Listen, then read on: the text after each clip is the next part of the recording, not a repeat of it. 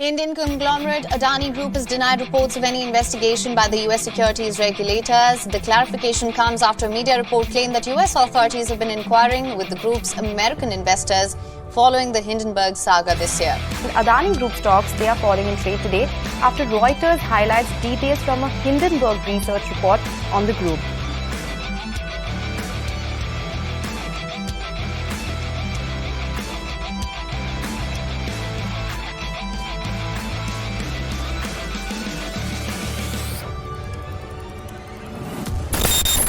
Adani group India का सबसे बड़ा और डोमिनेंट बिजनेस कॉन्ग्लोमेरेट्स में से एक है।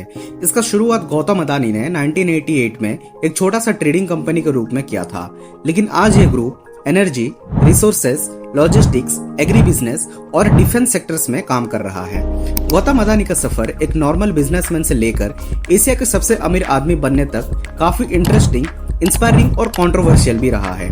गौतम अदानी का जन्म 24 जून 1962 को गुजरात के अहमदाबाद में हुआ था। उनके पिता एक छोटे से कपड़े के व्यापारी थे। गौतम ने कॉलेज में कॉमर्स की पढ़ाई शुरू की थी, लेकिन पहले ही साल ड्रॉप आउट हो गए और नए रास्ते पर निकल पड़े। 1980 के दशक में गौतम अदानी ने अपने करियर शुरू किया था मुंबई के एक डायमंड मार्केट में। उन्होंने एक छोटी सी फर्म में नौकरी किया था, जहां वो रफ डायमंड्स को पहचान कर उनका वैल्यू फाइंड करते थे। उस समय उनका एज तकरीबन 18 से 19 साल के आसपास था। एक बार उन्होंने एक ऐसे डायमंड का डील फिक्स किया जो बाकी लोगों को बिल्कुल बेकार लगता था, लेकिन गौतम अदानी ने अपनी सूझबूझ से पहचान लिया कि उस डायमंड में काफी पोटेंशियल है। उन्होंने वो डायमंड खरीदा और बाद में उसे पॉलिश करवा के अच्छा प्राइस पे उन्होंने बेच दिया। उस डील से उन्हें अच्छा मुनाफा हुआ, लेकिन सबसे बड़ी बात थी कि उनका सेल्फ कॉन्फिडेंस बढ़ा उससे।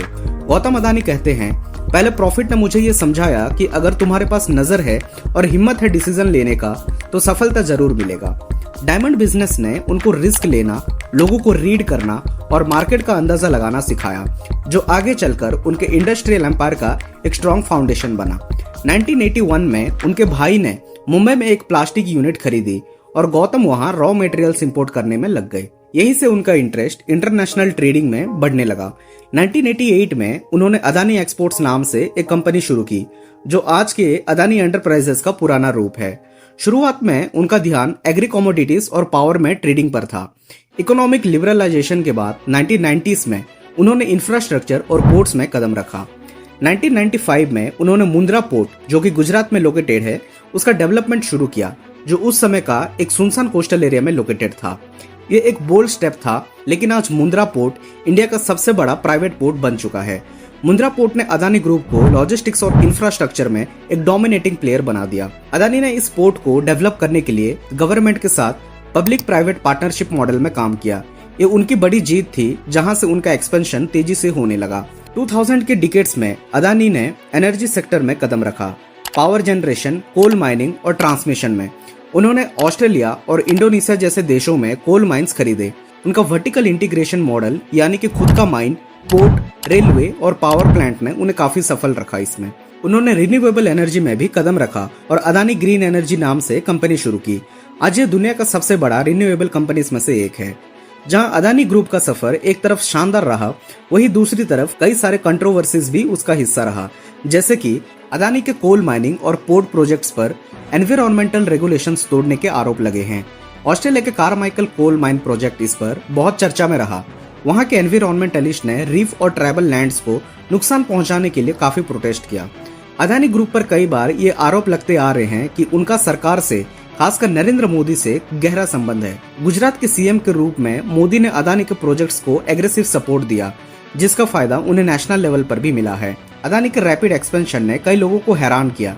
ये कहा गया कि उनका इंफ्रास्ट्रक्चर सेक्टर में मोनोपोली बन रहा है। Ports, airports, power lines, railway, logistics, सब कुछ उनके पास आ रहा है। सबसे बड़ा कंट्रोवर्सी 2023 में तब हुआ था जब अमेरिकन रिसर्च फर्म हिंडनबर्ग ने अदानी ग्रुप पर स्टॉक मैनिपुलेशन और अकाउंटिंग फ्रॉड का आरोप लगाया। इस रिपोर्ट के बाद अदानी कंपनीज के शेयर्स काफी गिरने लगे और अदानी ग्रुप का जो मार्केट कैप था वो लाखों करोड़ों से नीचे गिरने लगा। अदानी ग्रुप ने सभी आरोपों को फॉल्स कहा और कहा कि ये कैलकुलेटेड अटैक है इंडिया के ऊपर, लेकिन इस इंसिडेंट ने ग्लोबल इन्वेस्टर कॉन्फिडेंस को झटका दिया। हिंडनबर्ग के रिपोर्ट के बाद सेबी ने अदानी ग्रुप के खिलाफ एक इन्वेस्टिगेशन स्टार्ट किया। सुप्रीम कोर्ट ने भी इस मामले को देखा, लेकिन कई रिपोर्ट से कहता है कि अब तक कोई भी फाइनल प्रूफ नहीं मिला जो कि हिंडनबर्ग के क्लेम्स को पूरी तरह से जस्टिफाई कर सके। आज अदानी ग्रुप 10 से भी ज्यादा लिस्टेड कंपनीज का कॉन्ग्लोमरेट है। Adani ports, Adani green, Adani power, enterprises, transmission जैसे सभी अपने सेक्टर्स में बहुत बड़े प्लेयर्स हैं। गौतम अदानी एशिया के सबसे अमीर आदमी भी बन चुके हैं 2022 के दौरान। अदानी ने रिसेंट ईयर्स में एयरपोर्ट ऑपरेशंस और डाटा सेंटर्स में भी कदम रखा। वो इंडिया के 7 एयरपोर्ट्स का ऑपरेशन संभालते हैं। अंत में अदानी ग्रुप की कहानी एक ऑडेसिटी और विजन का सिंबल है कि कैसे एक इंसान ने जीरो से शुरुआत करके मल्टी बिलियन डॉलर एम्पायर खड़ा किया। लेकिन साथ ही ये भी सच है कि इस सफर में ट्रांसपेरेंसी और कॉर्पोरेट गवर्नेंस को लेकर काफी सवाल भी उठे हैं। जहां कुछ लोग गौतम अदानी को इंडिया का इंफ्रास्ट्रक्चर किंग भी मानते हैं, वहीं कुछ लोग उनके पॉलिटिकल कनेक्शंस और एग्रेसिव एक्सपेंशन को डेमोक्रेसी के लिए खतरा भी मानते हैं। आपका क्या मानना है, हमें कमेंट करके जरूर बताएं।